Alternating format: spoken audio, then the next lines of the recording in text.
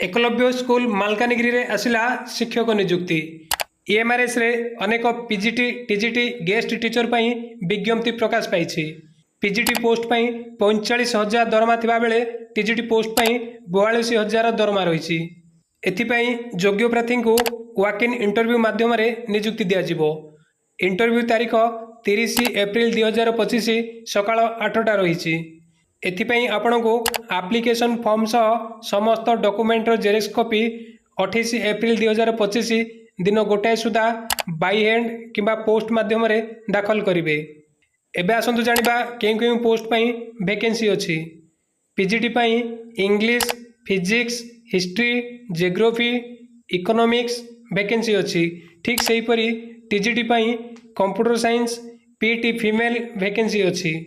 आवेदन करने पूर्व नोटिफिकेशन भल भाव पढ़ी अप्लाई करंतु। जदि किसी डाउट थाए तेबे मते कमेंट करी पचारि पारिबे।